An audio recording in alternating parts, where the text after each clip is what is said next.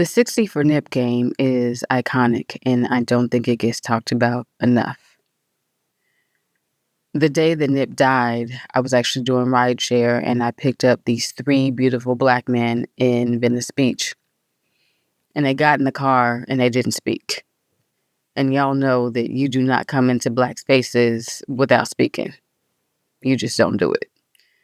But they were on their phones, and eventually one of them said they got Nip. And my heart sank because the only Nip that they could possibly be talking about was Nipsey Hussle. So I turned on the radio, and eventually they confirmed it. And it was crazy because it reminded me so much of the day that Tupac died. Just that heavy, eerie feeling. And these three grown-ass black men started bawling. Like a guttural cry. So we're on the 10 in traffic, and I'm trying to keep it together because I got to drive. But eventually we get to our destination, and they're telling me to get home because we just, nobody knew what was about to happen in the street.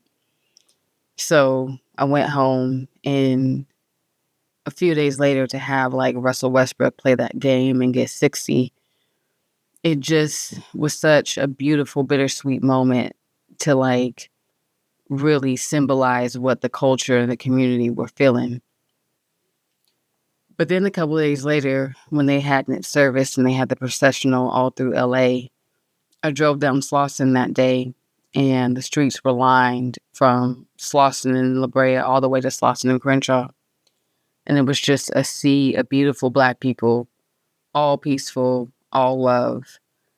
And it was, once again, another bittersweet, beautiful moment. But it was the people speaking and saying the marathon is going to continue. And it has.